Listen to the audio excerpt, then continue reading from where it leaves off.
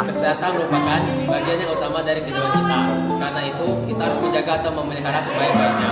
Kesehatan pribadi adalah kesehatan yang berhubungan dengan diri kita sendiri dan lingkungan di sekitar kita.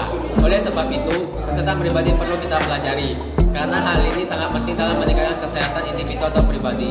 Hal-hal yang mempengaruhi kesehatan pribadi antara lain adalah aktivitas fisik atau olahraga, pola makan atau gizi, istirahat, dan penyakit. A. Analisis hal yang mempengaruhi kesehatan pribadi. Kesehatan pribadi dapat dipengaruhi oleh banyak faktor. Salah satunya adalah pola hidup sehat. Pola hidup sehat adalah gaya hidup yang memperhatikan segala aspek kondisi kesehatan seperti dari aspek makanan, minuman, nutrisi yang dikonsumsi, dan perilaku sehari-hari dan juga dalam sebuah rutinitas olahraga. Semua orang tentu ingin sehat, dan untuk hidup sehat kita harus mempunyai sebuah aktivitas rutin. 1. Beraktivitas fisik setiap hari. Aktivitas fisik adalah melakukan peregangan anggota tubuh yang mengeluarkan tenaga yang sangat penting untuk pemeriahan fisik, mental, dan mempertahankan kualitas hidup agar tetap sehat dan bugar sepanjang hari. Ada juga beberapa aktivitas fisik yang dapat kita lakukan sehari-hari, seperti belajar, berjalan kaki, berkebun, mencuci pakaian, naik turun tangga, dan lain-lain. Untuk jenis olahraga sendiri kita bisa melakukan push up, lari ringan, bermain bola, senam angkat beban, dan aktivitas lainnya. Mengapa aktivitas olahraga itu penting? Tubuh manusia diciptakan untuk bergerak. Aktivitas fisik penting karena dengan adanya aktivitas fisik tubuh dapat mengeluarkan racun yang keluar melalui keringat. Dan aktivitas fisik juga penting dan bermanfaat bagi daya tahan jantung, tubuh dan jantung. Jarang olahraga membuat distribusi oksigen ke seluruh tubuh terganggu, dan jika otot tubuh berkurang oksigen, badan akan terasa pegal dan kaku. Kekurangan oksigen juga membuat kerja otak tidak maksimal, sehingga mudah pusing dan susah berkonsentrasi.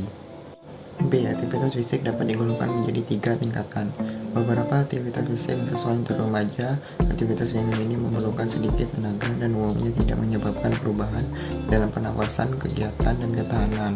Contohnya berjalan kaki, duduk, menyapu, mengasuh adik, belajar di rumah, dan lain-lain. Aktivitas sedang. Aktivitas ini memerlukan tenaga intens atau terus-menerus, gerakan otot yang berirama atau kelenturan atau flexibility. Contohnya berlari kecil, bermain tenis meja, berenang, bermain dengan hewan peliharaan, bersepeda, bermain musik, jalan cepat. Aktivitas berat ini biasanya berhubungan dengan olahraga dan membutuhkan kekuatan dan membuat berkeringat. Contohnya berlari, bermain sepak bola, senam aerobik, bela diri, misalnya taekwondo, karate, pencaksilat, dan aktivitas berat lainnya. Jangka panjang dari partisipasi aktivitas fisik secara teratur. 1. Mengontrol berat badan.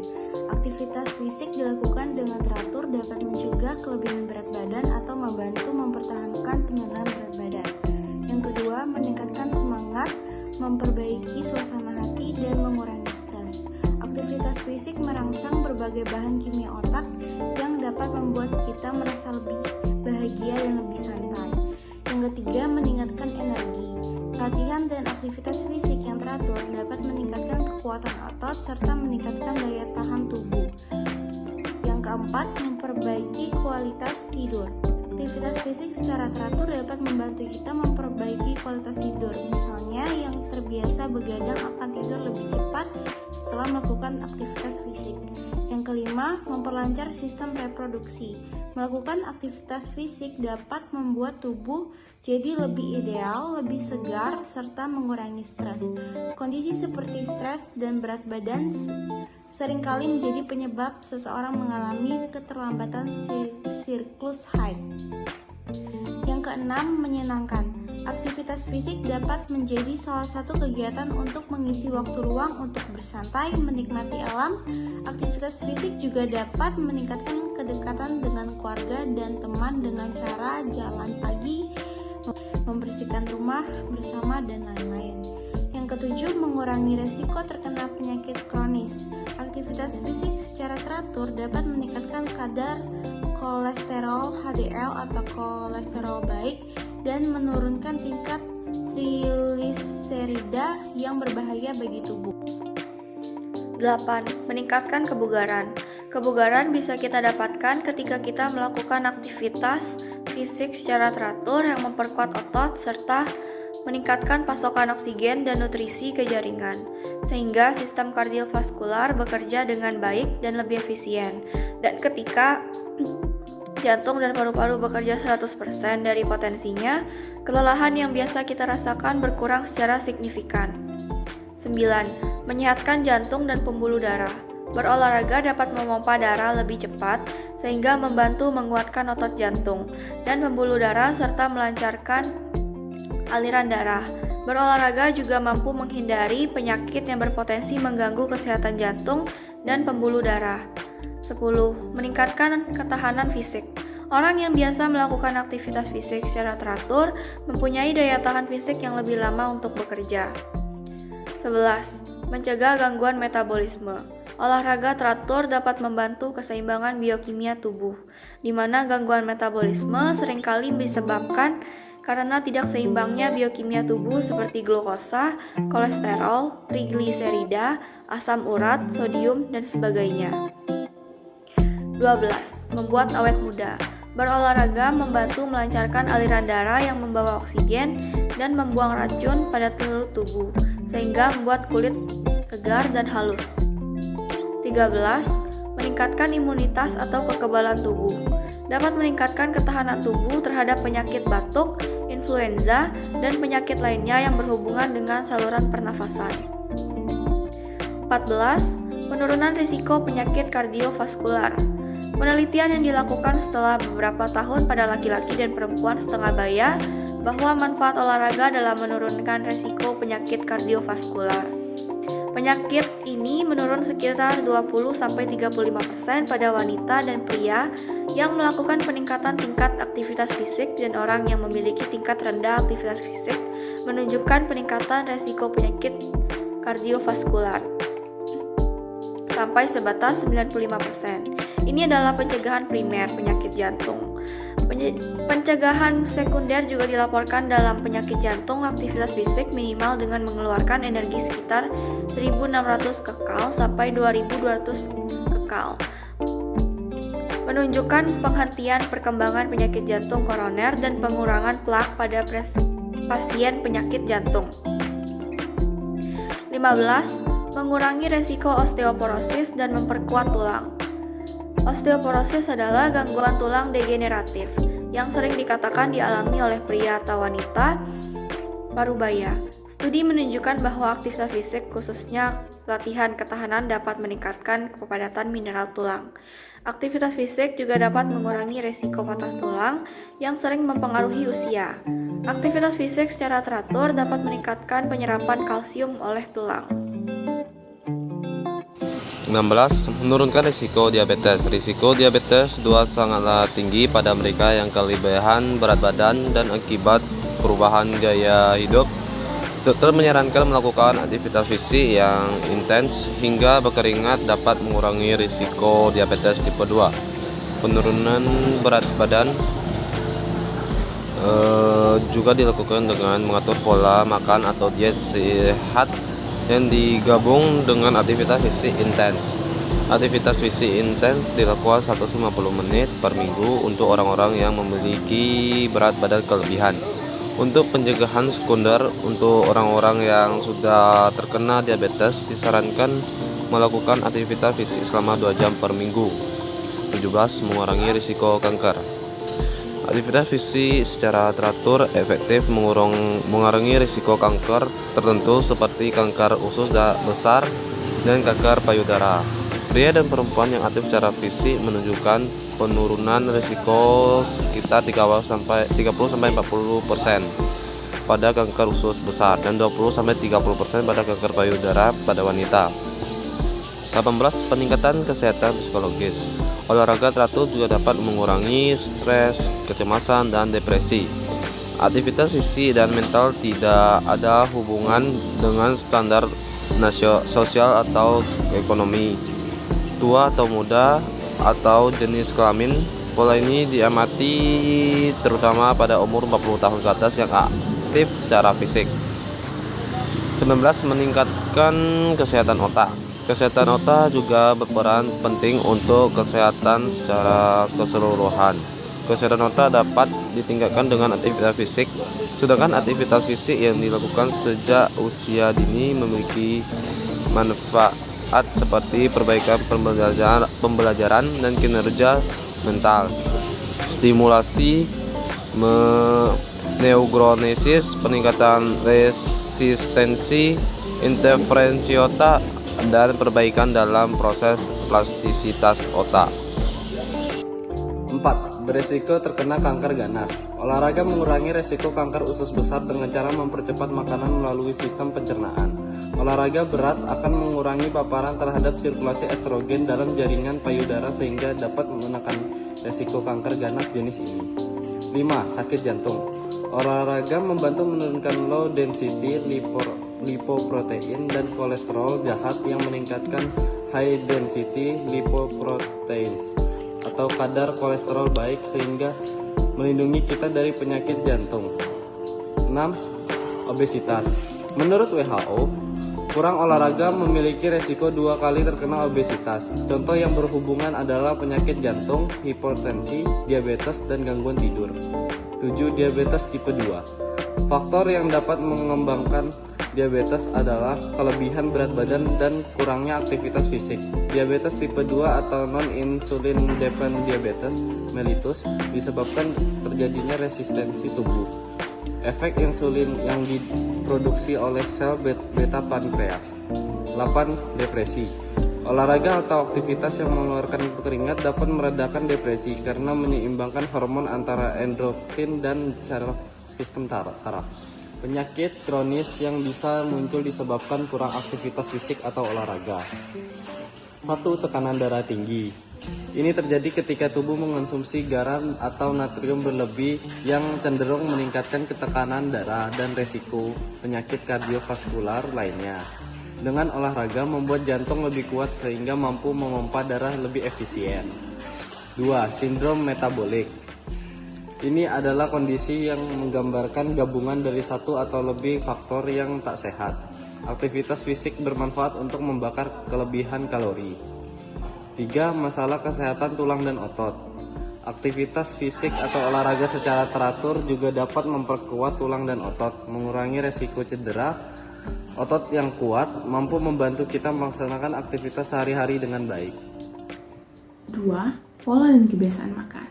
Pola makan adalah cara yang ditempuh seseorang atau sekelompok orang untuk memilih makanan dan mengkonsumsinya sebagai reaksi terhadap pengaruh fisiologis, psikologis, budaya, dan sosial. Pola makan memiliki 3 komponen penting, adalah jenis, frekuensi, dan jumlah. Pola ini berlaku untuk masyarakat yang sehat, sedangkan bagi mereka yang sedang diet, pola makan berdasarkan AKG. Pola makan yang baik adalah pengaturan makan yang sesuai dengan kebutuhan tubuh kita. Pola makan harus memperhatikan 3 komponen tadi, yaitu jenis, frekuensi, dan jumlah. Yang pertama adalah jenis makanan. Jenis makanan berhubungan dengan zat gizi yang terkandung dalam makanan tersebut.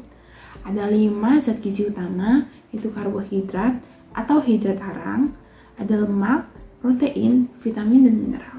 Ada juga 2 zat gizi lainnya, yaitu air dan oksigen. Yang kedua adalah frekuensi makanan.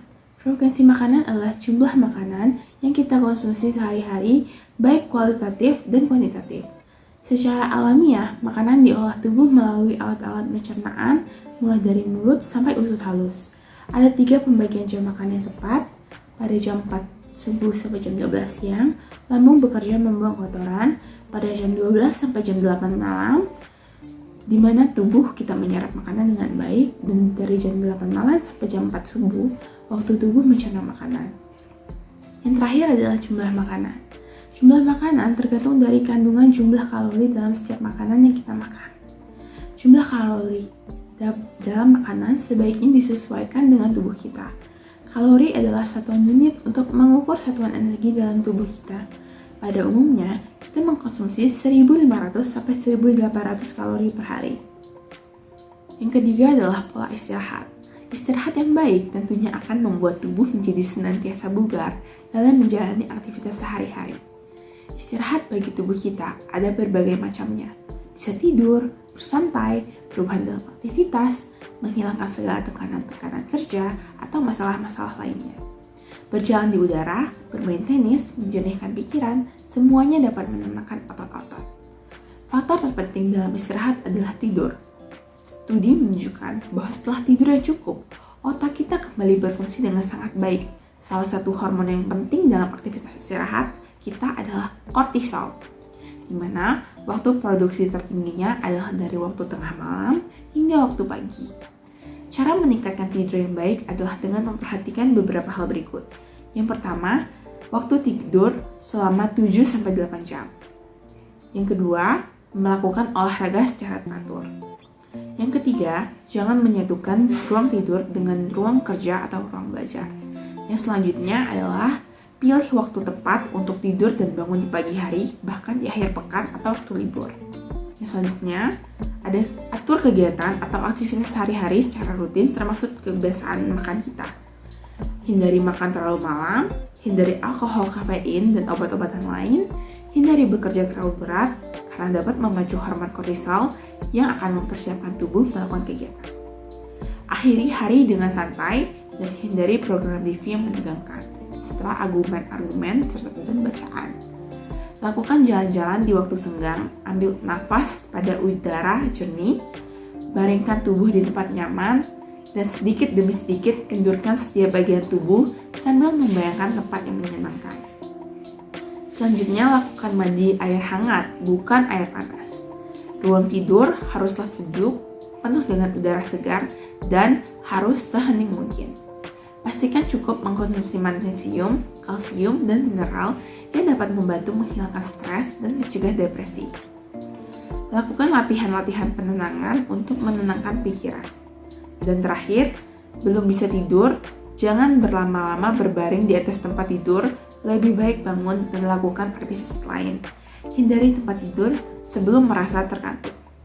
Yang keempat ada penyakit. Penyakit adalah suatu keadaan tidak normal dari tubuh atau pikiran yang disebabkan ketidaknyamanan di fungsi atau kesukaran terhadap orang yang dipengaruhinya. Penyakit dibedakan pada penyakit menular, penyakit tidak menular, dan penyakit kronis. Penyakit penular adalah penyakit yang disebabkan oleh kuman yang menyerang tubuh manusia. Ada juga penyakit tidak menular adalah penyakit yang tidak disebabkan oleh kuman, tetapi disebabkan oleh adanya problem fisiologis atau metabolisme pada jaringan tubuh manusia. Penyakit-penyakit tersebut, contohnya ada batuk, sariawan, sakit perut, dan sebagainya. Lalu ada penyakit kronis, adalah penyakit yang disebabkan yang berlangsung sangat lama. Beberapa penyakit kronis yang sering menyebabkan kematian kepada penderitanya antara lain ada AIDS, serangan jantung, kanker, stroke, diabetes, dan lain sebagainya. Yang kelima, ada kebiasaan buruk bagi kesehatan. Ada beberapa kebiasaan buruk yang dapat mempengaruhi terhadap kesehatan atau dapat mengakibatkan gangguan pada kesehatan pribadi. Kebiasaan itu adalah merokok atau hidup dengan perokok, waktu untuk tidur tidak cukup, konsumsi alkohol, dan malas untuk berolahraga, memiliki teman dengan kebiasaan buruk, bekerja ketika sakit, stres dan depresi, tidur mengukur, kurang bersantai, tidak percaya diri sendiri dan rendah diri, mengabaikan rasa sakit biasanya sering dialami oleh wanita yang sibuk bekerja mengasuh anak-anak, mengatur dan membersihkan rumah pada umumnya akan berpikir rasa sakit yang mereka alami disebabkan oleh kelelahan sehingga sering diabaikan.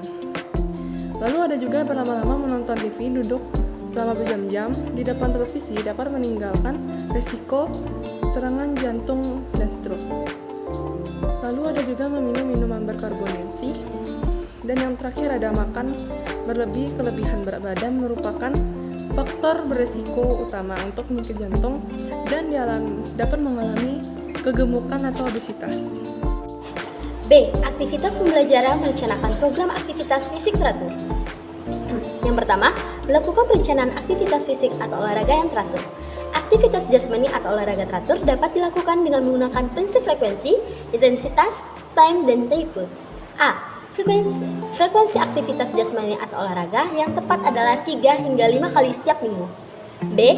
Intensitasnya 60-80% dari denyut nadi maksimal. C. Waktu atau time idealnya dilakukan olahraga 25-45 menit tanpa henti. D.